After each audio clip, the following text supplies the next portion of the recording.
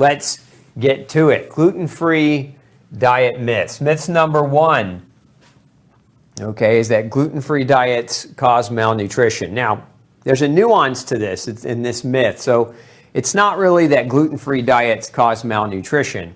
It's how people actually do it. There's 2 types, or 2 ways, I should say, that you can go gluten-free. There's traditional, and then there's what we call the true gluten-free diet. Okay, so traditional versus the true gluten-free diet. They're not the same thing. If you're following a traditional gluten-free diet, which is wheat, barley, rye free, and you're going to the grocery food aisle and you're buying all the junk food, you're buying the processed corn, the processed rice, based foods that are labeled gluten-free, yes, this is true. Gluten-free diets do cause malnutrition. However, if you're following a true gluten-free diet, this type of diet does not cause malnutrition. And so it's important to make that differentiation, because many of you probably are even wondering, what's he talking about, traditional gluten-free diet versus true gluten-free diet? If you don't know, make sure you go watch my master class. You can go check that out at glutenology.net. It's a 14-hour master class, everything you wish you would have ever known about the gluten-free diet before starting it.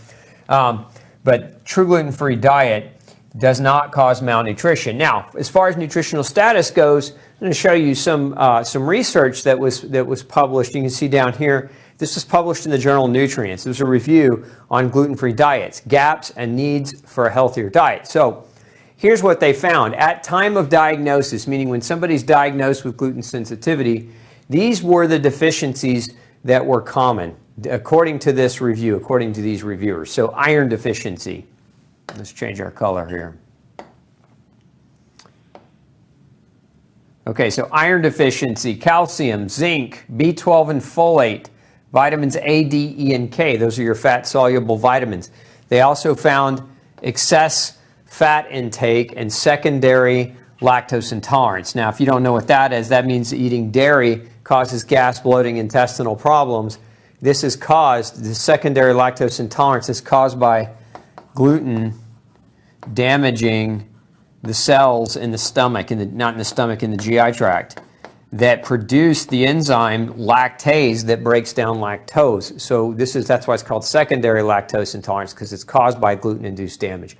So these were very, very common deficiencies at the time of diagnosis. Now, this doesn't really 100% match everybody. I want to be clear. This is kind of a general consensus overall in the research that's been done on this topic. Now, if we look at over here, nutritional status during adherence to a gluten-free diet. So this is people following a gluten-free diet. Here's what they found again in a review of the literature. Same things, right? So we see some consistencies: iron and calcium, okay, B12 and folate, vitamin D. We see excess fat, so that didn't change, right? Americans love their fat. We see other things, though, in the adherence to the gluten-free diet. We see a selenium and a zinc and a magnesium deficit.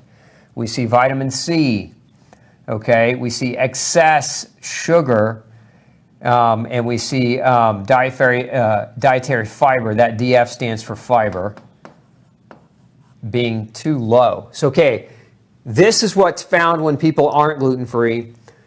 This is what they found when people were following a gluten-free diet. Now, it's very important to note, because if we go back to this myth, what did we say? We said, myth number 1, gluten-free diet causes malnutrition. And I said, true, but also false. A traditional gluten-free diet causes malnutrition. A true gluten-free diet does not. What we're talking about in this research study, in this summary, okay, in people adhering to a gluten-free diet, this is, let's change that color, make it better, easier to read here. That's not better. Here we go, black will work. So this is people following traditional gluten-free diet. And traditional gluten-free diet, it's that wheat, barley, rye free diet. But these people, what are they doing? They're eating processed, highly, highly processed foods. This is why they have excess sugar. This is why they talk about excess fat as well. A lot of that fat is what's been found to be hydrogenated fat. Now, you don't get hydrogenated fat in nature. You only get hydrogenated fat when you eat junk food that's processed fat, fat that's been hydrogenated, forced hydrogen into it. And when you force hydrogen into fat, that's what makes it thick. Like, if you've ever baked with Crisco, that thick fat, that saturated fat, if you will, that's hydrogenated. So they find hydrogenated and sugar, which are only found, again, in this processed junk food. They also found selenium, zinc, and magnesium, also notoriously low in junk food. Remember, these three, very, very low when you're eating heavy processed. So what they found, it's not that the gluten-free diet per se creates malnutrition. It's that the processed gluten-free diet that's full of foods that contain junk, that contain poor nutrient density. Corn and rice are not good for us. Not in the sense that they're nutrient-dense foods. They're very nutrient-poor foods. And so when you replace all the things that you used to eat, what you're doing is you're just trading, okay, the wheat, the barley, and the rye for the processed corn and rice. That's what most people do, right? That's what most people do. And so doing that, the other thing now people are doing is the non-grains like tapioca. They're replacing the things that used to contain wheat with tapioca or cassava flours. And so these types of flours are high glycemic, high sugar.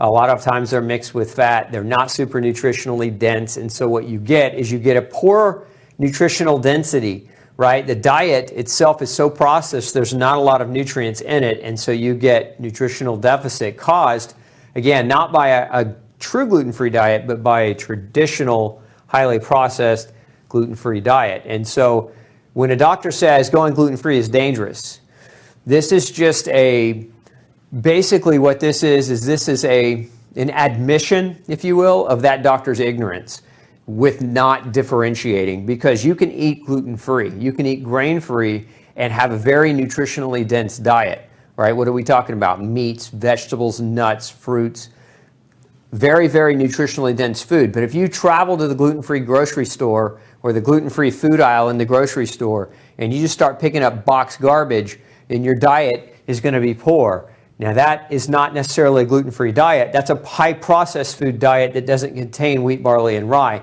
And again, it's important to understand the definitional differences. So gluten-free diets don't cause malnutrition. Highly processed food diets do.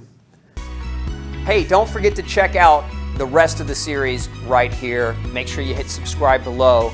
And as always, thanks for tuning in.